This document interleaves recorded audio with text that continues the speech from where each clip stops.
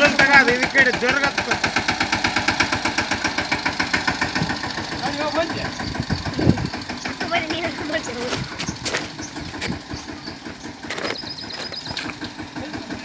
ಮ್ಯಾಗತ್ರ ಮರ